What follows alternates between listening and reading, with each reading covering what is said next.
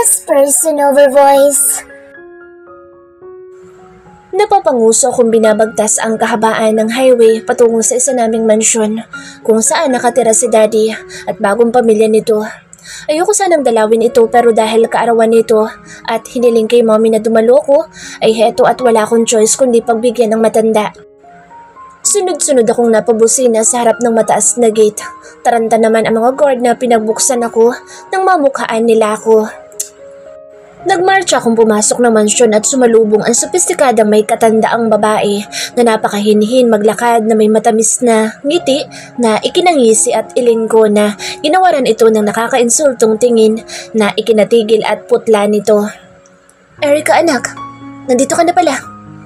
Anito sa malambing niyang boses. Nginisian ko lang ito at nalagpasan na pumasok ng kanilang dining room. Naabutan ko naman dito ang anak nitong katulad ng ina ay napakaganda rin ng bihis na naka-makeup ang halatang pinaghandaan ang pagdating ko. As if naman kaya nila akong matalbugan. "Erica!"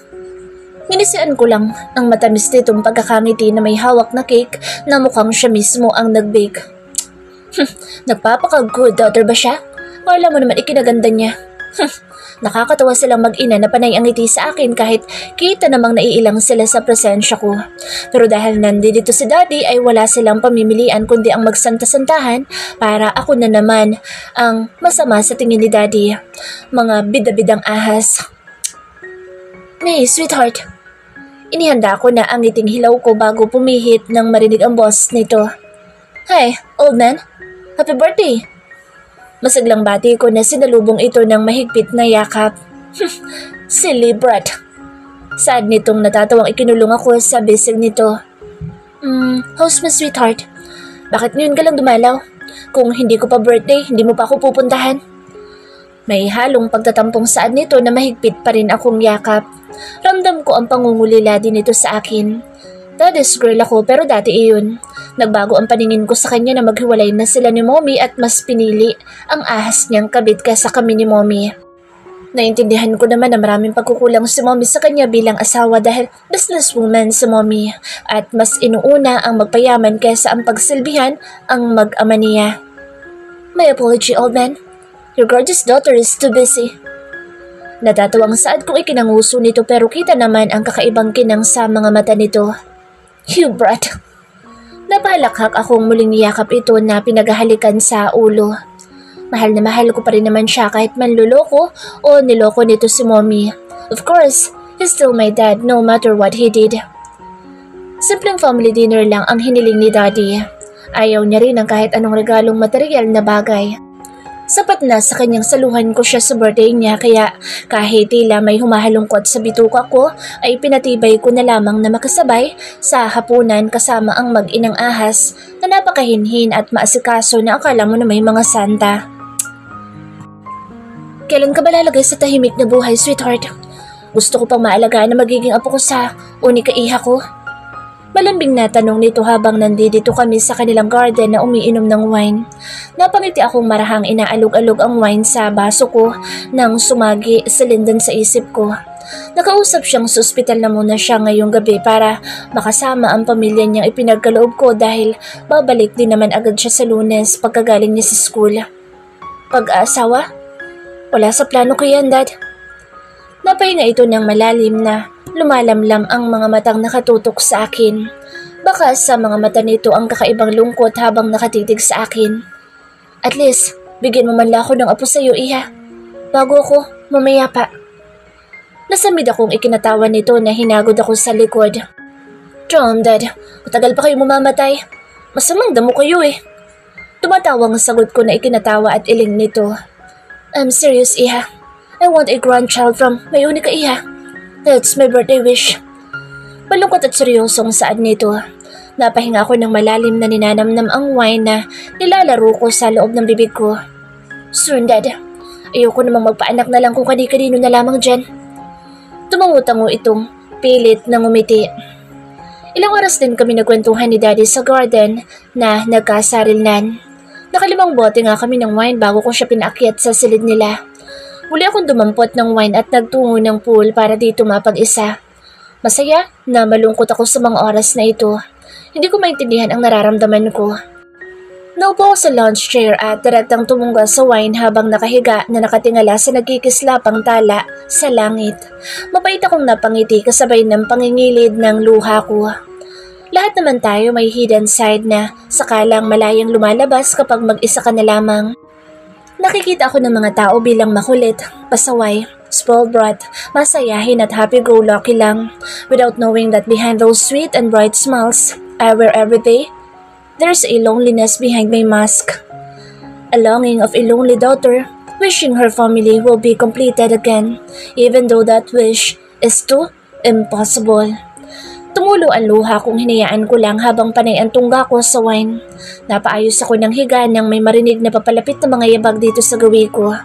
Mabuti na lang at malamlam ang ilaw dito kaya hindi ako mapapansin dito sa gilid na nakahiga sa isa sa mga lounge chair na nakahilera dito sa gilid ng pool. Pasensya ka na, mahal. Alam mo naman ang nangyari kay tatay. Malaki-laki rin yung nautang kong paunti-unti kong binabayaran sa bagong amo ko, kaya halos wala na akong oras para mapuntahan ka. Napalunok akong bumilis ang tibok ng puso ko nang ma-recognize kung kaninong boss ang nagsalita. Mapait ako napangiti na napailing. Sa katabing lounge chair, patalaga sila naupo. Hey, understand, mahal. Pasensya ka na rin. Nahihiya naman ako magsabi kay Tito kaya hanggang sa pagbabantay lang kay tatay ang may tutulong ko sa'yo. Malambing na sagot nitong ikinaismit ko. Wala yun, mahal. Malaking bagay na sa akin na napaka-understanding ng mahal ko. Salamat ha. Pangako pagkatapos ko makabayad sa pagkakautang ko sa amo ko, mag-iipon ako para sa future natin. Pagkak akong natawa sa isip-isip sa narinig na isinaad ni Lyndon na napakalambing kung makipag-usap. Pagbalang akong tumayo at tuloy-tuloy na naglakad palayo sa kanila. Ramdam ko naman ang mga mata nilang nakasunod sa akin at nahagip ng pandinig ko ang tinanong ni Lyndon kung sino ako at ang isinagot ni Regine na anak ng tito niya, si Daddy. Hindi ko kayang marinig ang iba pa nilang pag-uusapan. Napakasinungaling talaga ng mga lalaki. Sabi niya pupuntahan niya ang ama niya sa ospital at doon magpapalipas ng gabi pero heto siya, nakikipaglampungan sa ahas na Regina. Magsama silang dalawa. Umuwi na lamang ako dahil nawala na ako ng gana makipag-sleep over dito. Para akong hindi makahinga sa kaisipang nasa iisang bubunga kami ni Lyndon pero ibang babae ang kasama at ang masaklap, mahal niya ang babaeng pinakakinamumuhian ko. Basta silang dalawa. To America. So what? Kung ngayon pa lang iniisip at pinaghahandaan na niya ang future nilang dalawa. That's just your puppet. Katoy. Ha? Magsama silang dalawa. Tom, low-class creatures. Ani ko na napapailing habang nakikipagkararahan sa mga kasabayan ko dito sa highway. Pagkakakong natawa na napailing kasabay ng pangingilid ng luha kung hindi ko mapigilang tumulo. Sa mansyon na muna ako ni Mommy nagmukmuk. Ayoko na munang makita si Lyndon para na rin magising na ako sa kahibangan ko sa kanya. Poor young man. Diamante na lumalapit sa iyo, pinili mo pa ang tanso.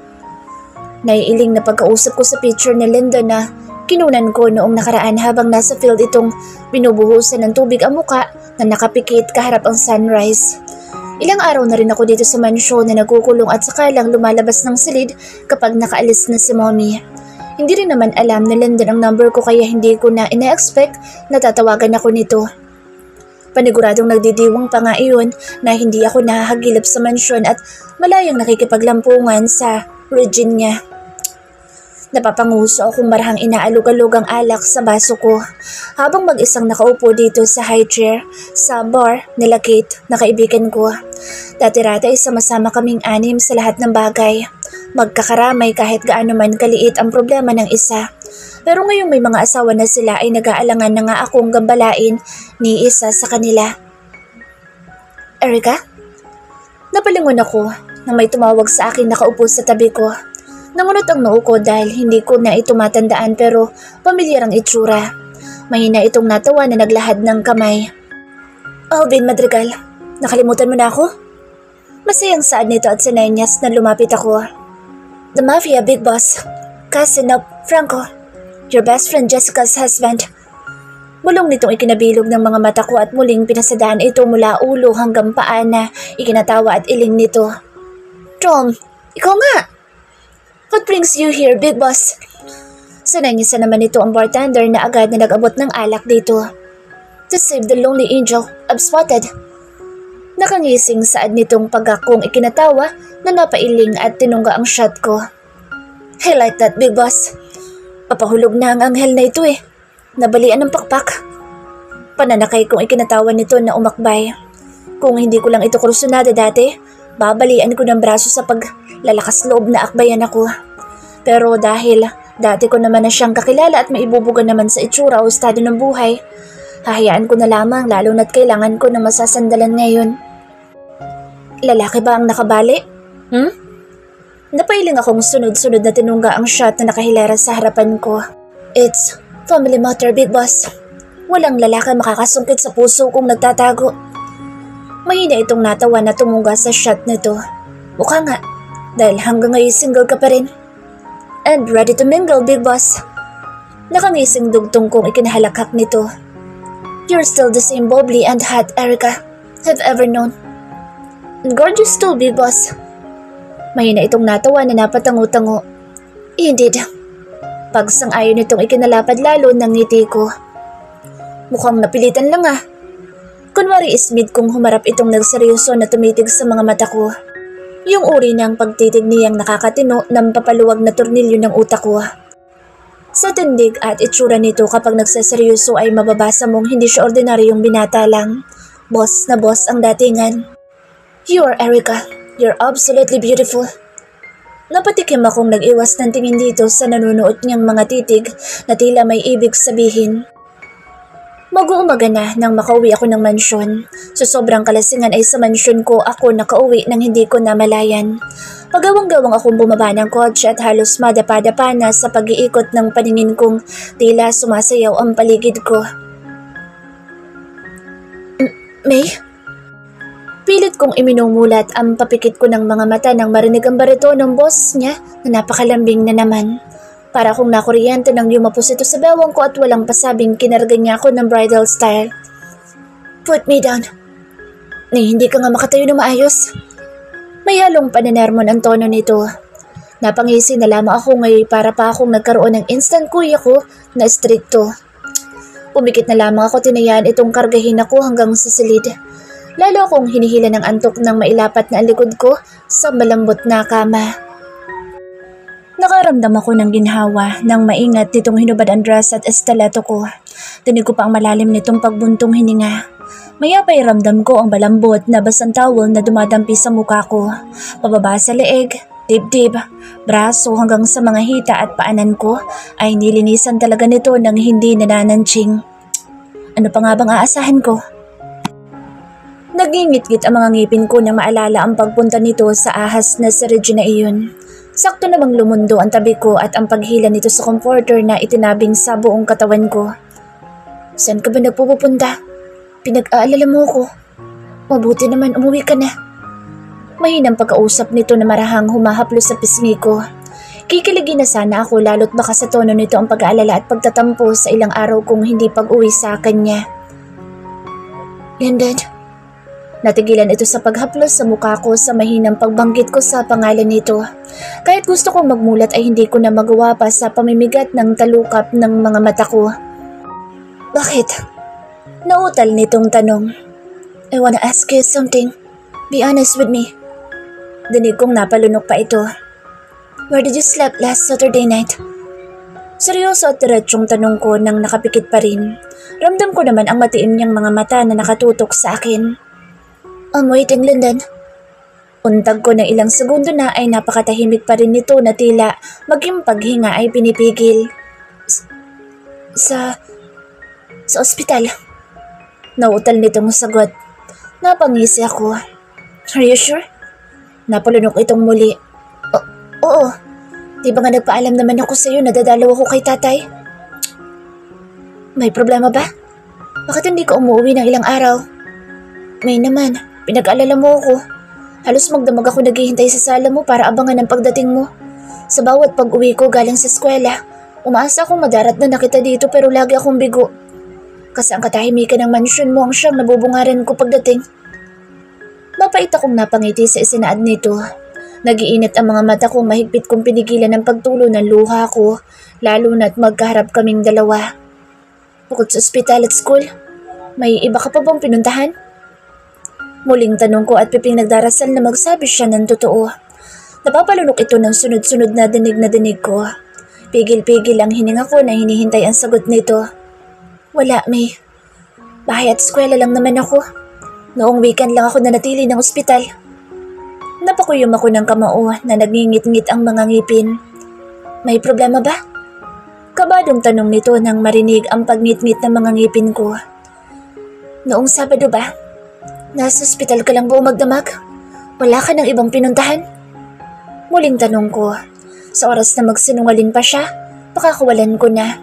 Hindi ko kailangan ng sinungaling na alipin pero kung magsabi siya ng totoo, I'll keep him. I'm waiting. Oo. Nasa ospital lang ako. Buong magdamag. Napatihaya ako at idinantay ang braso sa noo para ikubli ang tuluyang pagpatak ng luha ko. Antok na ako. Bukas pagising ko, wala ka na dito. Malamig kong saada. Ramdam ko lumundo lalo ang kama na tumunghay ito. What do you mean, May? Naguguluhang tanong nito.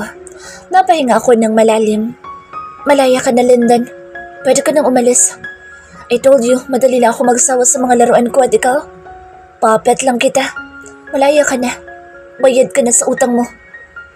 Sunod-sunod itong napalunok at ramdam ko ang matiim niyang mga matang nakatutok sa akin.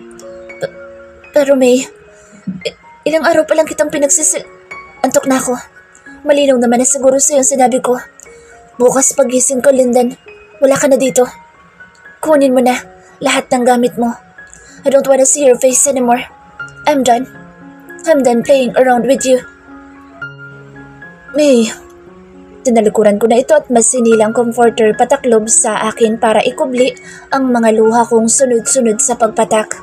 I gave him a chance pero sinayang niya at pilit ikinubli ang katotohanan. Napatakip ako ng palad sa bibig para itago ang paghikbi ko. Ayoko magmukhang kawawa. Talunan. Hindi ako ipinanganak na ganoon. Hindi. Mapait ako napangiti ng magising na ako at maghahapunan na. Hindi ko na malaya ng oras. Ngayon lang ako nakabawi-bawi sa pagtulog sa ilang araw kong pagpupuyat at pagmumukmuk sa mansyon ni Mommy na akala mo na may galing sa heartbreak. Hindi nga ba? Bakit pakiramdam ko ay durog na durog ang puso ko? Nanginginig na ang kalamnan ko sa tindi ng gutom. Nag-aalburuto na ang bituka kong walang magiling dahil kahapon pa ako walang kain, kundi puro alak ang maipapaloob. Langiya namang buhay to. Bakit ba napakasinungaling ng mga lalaking mahal ko? Shit, mahal ko na siya. Ganoong kabilis, parang isang linggong pag-ibig lang. Napangisa akong napailing sa sarili at bumaba ng dining kahit nangangatog ang mga tuhod ko. Ayoko namang humingi ng tulong sa iba. Kaya ko. Ako pa ba? Natigilan ako sa pagkanta habang nakapikit na dahan-dahang naglalakad sa gawin ng dining at damang-dama ang lyrics ng kanta ni Mami Imelda na isang linggong pag-ibig. Nang maramdamang may mga matang nakatutok sa akin. Dahan-dahan kong iminulat ang aking mga mata at parang sinabuyan ng tubig na mabungaran sa Lindan na nakangiting naghahain ng hapunan. Napaiwas ako ng tingin sa mga mata nitong napakalamlam, makatitig at nangingislap. Ramdam ko ang pagapang ng init sa pisngi ko.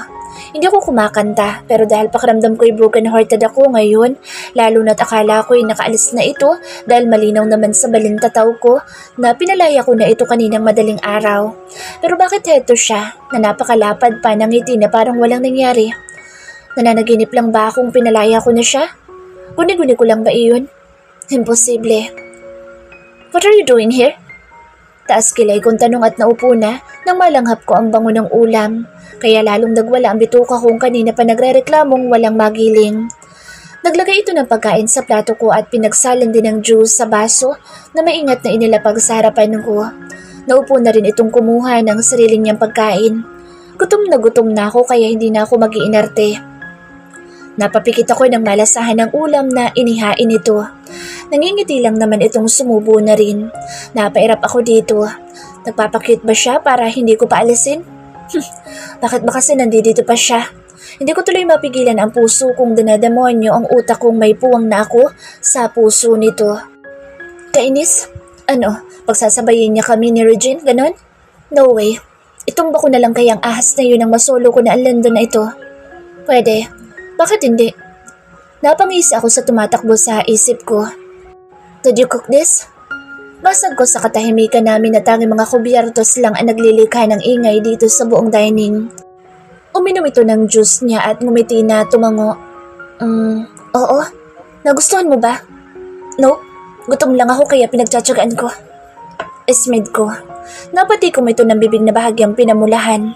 Lihim akong napangisi. Sorry. Sasarapan ko na lang next time.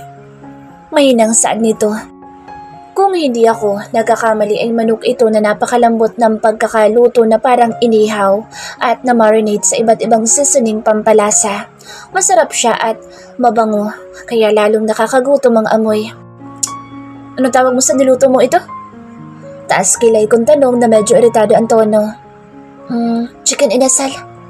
Naiyang sagot nito na hindi makatingin sa mga mata ko. Napatango-tango ako na nangingiti.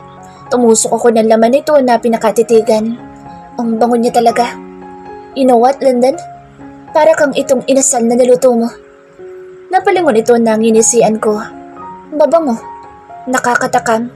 Pero hindi kasarapan. Saad ko na ikinalunok nito. Kita ang pagdaan ng sakit sa kanyang mga mata pero nanatiling emotionless ang mga mata ko na nakatutok dito habang nakangisi. Sorry. Mahinang sagot nito. Ismid kong nilagok na ang Diyos ko at pabalang na tumayo. Napayo ko ito pero bago ako nakatalikod ay nasulyapan ko nagpahid ito ng luha. Napakalambot. Malapit na ako magdudang. Bakla ito. Napapailing na lamang ako habang humihit-hit ng Yossi dito sa veranda at matamang nakamasid sa nagkukumpulang bituin sa baba kung saan ang napakaliwalas na view ng syudad. Nag-Yossi ka pala? Mahinang komento nito na nakadungaw sa pinagmamasdan kong view. Why? Do you care? Pabalang na tanong ko na hindi ito sinusulyapan at panay lang ang hit-hit kong nilalarong ibinubuga ang usok. Kita ko naman sa gilid ng mga mata kong nakatitig ito sa akin. Masama yan sa kalusugan mo, May. Ang lakas mo na nga uminom, pati ba naman paninigarilyo? May halong pananarmo nitong saad na pag akong ikinatawa at napailing. Bakit? Ano ba kita, ha? Sarkastikong tanong ko na hinarap itong napaiwas ng tingin dahil nag-uuyam ang tingin at pagkakangisi ko dito. Nagmamalasakit lang. Mahinang sagot nito. Wala akong pakialam sa opinyon mo, Lyndon. Dahil wala ka namang kwenta sa akin. Isa pa, bakit nandito ka pa? Taas kilay kong tanong. Napatikom ito ng bibig na napatingala. Mukhang pinipigilan niyang tumulo ang kanyang luha. Masyado bang masakit ang sinabi ko? Bakit siya masasaktan? Ako nga, wala din naman akong halaga sa kanya. Hindi nga niya ako matipuhan. Kahit naguhubad na ako sa harapan niya pero heto, at ang ahas na Regina iyon pa rin ang nasa isip at puso niya. Lalo akong naiinis nang maalala ang mga isinaad nito kay Regine habang nasa pool sila at ang pagsisinungaling niya sa akin. Pinupuntahan niya pala ang babaeng iyon sa mansyon. Ano kaya magiging reaksyon niya kapag nalaman niyang si Regine ang babaeng tinutukoy kong nang ahas sa akin dati at ang ina nito ang umagaw sa asawa ng mommy ko. Na ama ko ang lalaking nasa mansyon na tinutuluyan nila Regine. Lalayuan kaya niya ako o si Regine ang lalayuan niya? Pero malabo namang ako ang piliin niya dahil sabi nga niya, magkaiba kami ng personality ni Regine at malas ko lang dahil sa galing nun umarte ay siya ang nakasungkit sa puso ng Linda na ito. At siya silang dalawa. Nagingit-ngit ang mga ngipin ko sa panggigigil na maalala kung bakit ko na ito pinapakawalan. Hayaan mo muna akong pagsalbihan kami. Hindi biro ang kalahating milyon na utang ko sa iyo para mabayaran ko lang sa higit 1 linggo na paninilbihan sa iyo. Mahinang sagot nito na matamang nakatitig sa mga mata ko. Bakit? Ano bakit? Kunot noong ulit nito. Bakit hindi ka pa umalis? Hindi ba dapat masaya ka na dahil sa wakas ay pinapalaya na kita? Gosh, Lyndon. Sa lahat yata ng naging alipin ay ikaw itong pinakaengot. Pinapakawalan ka na nga pero heto at mas gugustuhin mo pa rin magpakaalila sa katulad ko? Napapalunok itong napayo ko. Dahil utang ko sa iyong buhay ng tatay ko. Napakahalaga ni tatay sa akin kaya gusto kitang pagsilbihan sa abot ng makakaya ko. Pagsilbihan ha? Hindi mo nga akong maikama. Inis kong singhal na ikinayuko pa nito lalo. Napatampal ako sa noo. Buisit. Naisatinig ko tuloy ang nasa isip ko sa sobrang pagkainis dito. Baka mamaya niyan isipin pa nito adik ako sa sex. Nag-init ang mukha ko kaya padabog akong pumasok ng silid para makaiwas sa kanya.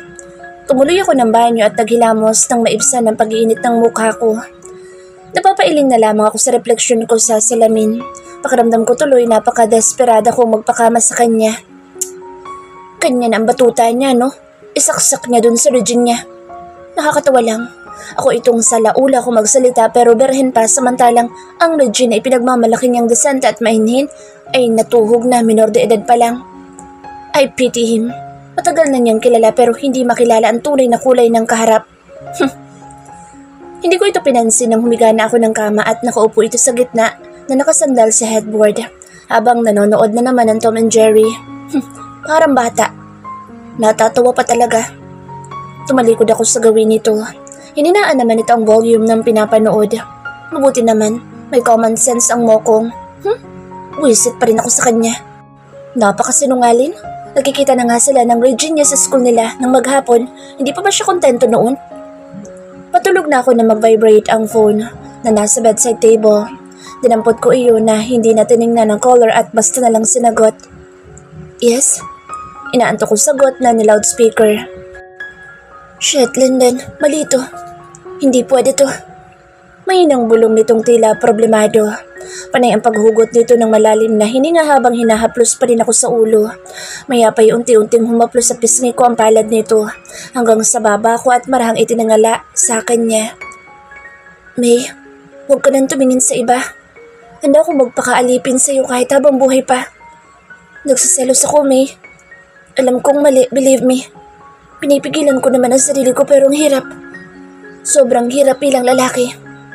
Akin ka lang, May. Akin ka na lang.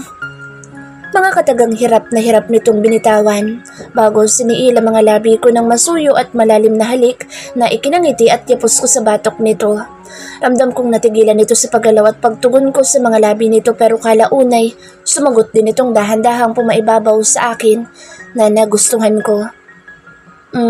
Jealous ha? Piping usal kong malugod na tinugon ang mga labi nito at sinasabayang humaplos sa mga muscles nito. Napapangisi na lamang ako dahil pumaibabaw nga ito at marubdob na nakikipagtagi sa nanghalik sa akin pero heto at nasa ibabaw ko lang na hindi yata alam ang sunod na hakbang. Ang sarap pa namang magpapisat sa kanya. Ang tigas at ang bigat ng pangangatawan niya. Nakakadarang ang init na namamagitan sa aming dalawa at ramdam kong maging ito'y pinagpapawisan na rin at natatangay na ikinadidiwang ko. Bibigay din pala mag-iinarte pa. Ngayon, may ideya na ako kung paano siya baliwin at siya na ang maghabol sa akin. Tingnan ko lang kung hindi luluhan ng dugo ang region nito kapag hiniwalayan na siya ni Lyndon at malaman na ako ang kapalit niya. Ngayon pa lang ay gusto ko na i-celebrate ang pagkakapanalo ko. Tama, si Lyndon ang gagamitin ko para madurog ko rin ang babaeng ahas na iyon sa paraan na ginawa niya sa akin noon. Dahan-dahan ko itinaas ang laylayan ng sando nitong pahubad sa kanya na hindi naman umangal. Nagliliyab na rin ang mga mata nitong mababakasan ng samot-saring emosyon na mabibigat ang paghinga. Namumula ang gwapong mukhang halatang tensyonado sa ginagawa namin habang umaagos na ang mga pawis nito. First base pa lang ay kabadong-kabado na. Sunod kong inilihis ang strap ng suot kong silky nighties dress na ikinalunok nito na mapatingin kay Mount Everest na nagmamalaking tayong-tayo. Shit, Lyndon. Hindi ka ba marunong maromansa? Grabe ka naman. Hindi eh. Napatampal ako sa noo na napapahinga ng malalim. Wala na. Umurong na ang nararamdaman ko sa kahinaan ng lilalang na to. Mas exciting sana ang mga gabi namin kung kasing wild ko ang lalaking ito. Matalino naman siyang lalaki pero heto at napakupurol ng takso pagdating sa romance at sex. Kung sa bagay, sa pangahalik pa nga lang ay ako pa nagturo sa kanya. Mapuntahan nga ang Bruhang Kate na iyon bukas nang makapagpaturo ako kung paano niya naimulat at naturuan ang baby Charles niya sa ganitong bagay-bagay. Matiim ko itong tinitigan na nahihiyang salubungin ang mga mata ko. You know what, Lyndon? Pilit kong hinuli ang mga mata nitong napakailap. Yumapos ako sa batok nitong sinusuklay-suklay ang basang-basa nitong buhok na ikinalingunan niya sa mga mata ko. I want you. I want to keep you beside me pero ayoko sa eengot-engot na lalaki, lalo na pagdating sa kama. Ano, tatakamin mo na lang ba ako? Hanggang hipot halik lang ang may pagkakaloob mo? Kung ayaw mong hanapin ko sa ibang pangangailangan ko bilang babae, pues, ipagkaloob mo ang gusto ko. Mahirap ba yun, Lyndon? Mahirap bang ikama ako, ha? Hindi ba ako kagandahan sa'yo? Hindi ba ako sexy? Hindi ka ba naaakit sa akin? Hindi ka ba... Ang dati at dan. Ang hiya, baby! Hindi ko matuloy-tuloy ang ibang sasabihin dahil pilit nitong inaangkin ang mga labi ko ng marubdob niyang halik na ikinatatawa ko at pilit nilalayo ang mukha. Pero siya naman paghahabol nito sa mga labi kong tila gigil na manghalik. May, sandali. Naghahabol hining ang awat nitong ikinatigil ko. Namumungay na ang mga mata nitong puno ng pagnanasa tulad ko. Kitang tagaktak na rin ang pawis nito sa mukha at basang-basa na ang buhok na tumutulo na sa mukha ko. What? Hinihingal kong tanong. Pinagdikit nito ang noo namin na napapanganga dahil hingal na hingal pa ring animoy pinaakyat ng bundok. Ang hina naman ng baga nito. Ayaw mo? Umiling ito na mariing humalik sa noo ko. Napahaplos din ito sa pisngi ko na matamis ngumiti. Nagniningning na ang mga mata nitong matamang nakatitig sa mga mata ko. Gustong gusto. Gusto, May. Pero hindi tama. Mali ito. Pagkak akong natawa na itinulak na ito sa kama. Napatampal na lamang ako sa noo na napapailing at natatawa. Yung tawa na hindi natutuwa, kundi napipikon. Kapag ba si Regine ang nanditong kahalikan mo ngayon sa kama? Itutuloy mo ba, ha? May kataasan ng boses kong asik sa kanya. Napalunok ito pero umiling na matapang na sinalubong ang mga mata ko. Kita naman sa mga mata nitong hindi ito nagsisinungaling. Kasi hindi naman laro sa akin na magkama ng babae, May. Mapa ikaw man o si Regine o kahit na sino pa. May mga kapatid akong babae at alam ko ang tinatawag na karma. Ayokong balang araw. Mga mahal ko ang balikan ng karmang ako ang may kagagawan. Gusto ko kasi kung sino ikakama ko, siya ang mapapangasawa ko, May. Napaiwas ako ng tingin. Yun lang ba? Nangyayalin doon. Di asawahin mo ako. Namutla itong napapalunok na tila hindi ma-catch up ng utak ang isinaad ko. Marasa kong napahinga ng malalim. Hindi mo naiintindihan, May. Ang ibig ko sabihin, isang babae lang ang ikakama ko sa tanang buhay ko. Hindi ako katulad ng ibang lalaki dyan na hayok sa tawag ng laman at nagpapadala sa mga magagandang tuksong katulad mo. Lalaki ako. Walang mawawala sa akin pero may ina at 2 nakababata kong kapatid na babae. Paano kung sila ang balikan ng karma dahil sa kalukuhan ko? Kaya nga nagpipigil ako, May. Alam ko namang laruan lang ako sa'yo. At ito, alam ko namang magsasawa ka rin sa akin. Di ba nga pinapaalas mo na nga ako? May, nandito pa ako hindi para maging bedmate mo, kundi para pagsilbihan ka sa ibang bagay. Bakit lahat ba ng alipin ikinakama ang amo? Look, May girlfriend ako. May girlfriend pa ako. Wala akong planong mamangkas sa 2 ilog. Naiintindihan mo ba ang punto ko?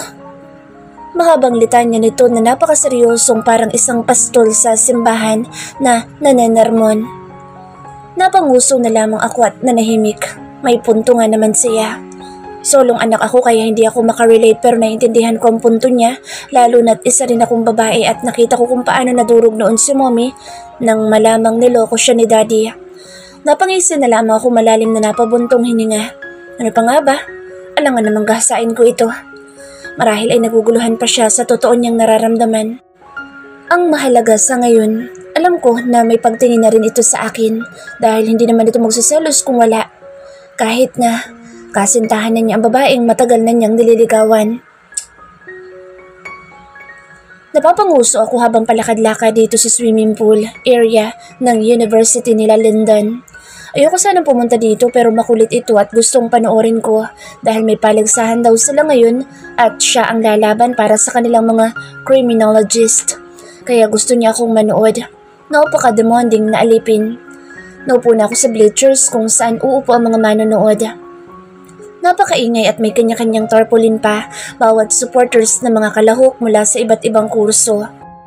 Napaismid na lamang ako na maglabasan ng mga classmates nito sa pangungunan ni Regine na hawak sa kabilang dulo ang pinatarpaulin na mukha ni Lyndon. Ang baduy ha? Kung ako yan, ipinabillboard ko na lang. O sa bagay, umaasa nga lang naman ito sa iniaabot ni Daddy na allowance kaya hindi pa galante ang gaga dahil walang ibubuga. Mabuti na lang at nakapangalan pa rin naman sa akin ng mga ari-arian namin kaya kahit ang mansyon na tinitirhan nila ay nasa pangalan ko ang titulo. Ang sarap nilang palayasin doon kung wala lang ang Daddy. Lalong nag-ingay ang mga nandito nang magsilabasan na ang mga kalahok na naka-swimsuit at puro mga lalaki. Agad na hagip ng paningin ko ang alipin kong tila, hinahanap ako sa mga nandito. Naniniti na lamang ako nang magtama ang mga mata namin at lumapad ang pagkakangiti nitong napakaway pa kaya napathumbs up ako dito. Siya namang lapit sa kanya ni Regine. Malapit na Regine. Kunting kalabit ko na lang at iiwanan ka na niya.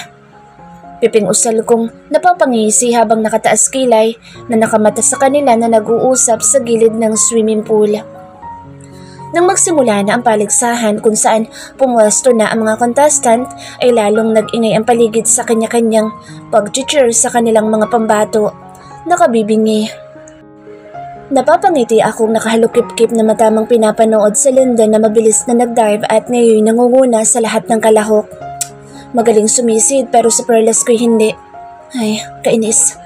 Lalong naghiyawan mga schoolmates nito na siya ang unang nakaaho ng finish line sa bilis niyan lumangoy. Napapa-impress ba siya kaya pilit akong pinapunta dito? Napapaismid na lamang ako at nagkunwaring busy sa phone ko nang umaho na itong sinalubong ni Regine na binalot ng towel kaya panay ang hiyawan at irita ng mga kaklase nilang kilig na kilig. Mga baliw. Dalang-dala na sila sa ganong eksena. Kung ako yan, hindi lang laplap ang aabutin niya sa akin.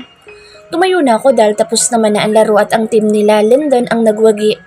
Para pala iyon sa mga mapipili kung sino ang ilalaban ng university nila sa regional swimming athletes competition. At dahil si Lyndon ang nanalo ay automatic na siya ang pambato ng school. Nagsisialisa na rin ang mga estudyante pero nandito pa rin sa loob ng swimming pool area ang buong kaklase ni Lyndon na hindi magkandamayaw sa pagkakapanalo ng team nila. Napapaikot na lamang ako ng paningin at dahil sa kakapatiri ko ng mga mata ay aksidente akong nadulas na dumulas sa ilalim ng pool. John, nakaputing dress pa naman ako na may kanipisan at tanging padding lang ang siyang tumatakip sa nipples ko. Akmang lalangoy na ako paahon dahil sa pinakailalim na part pa yata ako nahulog nang malingunan ko si Lyndon na mabilis na sumisi dito sa gawi kong ikinangisi ko at nagkunwaring nawala na ng malay. Humawak ito sa kabila ang braso kong inuuga-uga ako pero nanatiling nakapikit ako. Mayapay umabos ito sa bewang kong hinila pataas. Kaya naman nakangising demonyo na naman ang Erica na ito. John, paniguradong hahalikan niya ako. Nagkatilian pa ang mga nanditong napatakbo sa gawing inahunan ni Lyndon sa akin. Nakidarga ako. Magkasundo talaga kami ni parang Lucifer sa gantong mga bagay-bagay. Maingat ako nitong inihiga sa kama. Semento na marahang tinatapik-tapik sa pisngi. May gising. Nag-aalala ang boss nitong tila maiiyak na naman. Ramdam kong napapalibutan na kami ng mga kasamahan nito at siguradong nandito din si Regine. Akala ba niya hindi ko kayang tapatan ang galing niya sa pag-arte? Watch and learn, Regine. Sa isip-isip ko, mahigpit kong pinigilan ang paghinga ko nang maramdaman kong yumuko si Lyndon para dinggin kung humihinga pa ako. Saglit lang ay nakapwesto na itong nagpopomp sa dibdib ko habang nagbubulungan na ang mga nandito na nakikilala na ako. Lima ko napapangiti nang yumukod itong pinisil sa ilong ko at ibinuka ang bibig ko para lang bugahan ako ng hangin sa baga. Buti na lang at mabango ang hininga. May, come on, wake up! Ulit-ulit itong pagkausap habang patuloy sa pagpomp at buga ng hangin sa bibig kong ikinakasinghap ng mga nandito.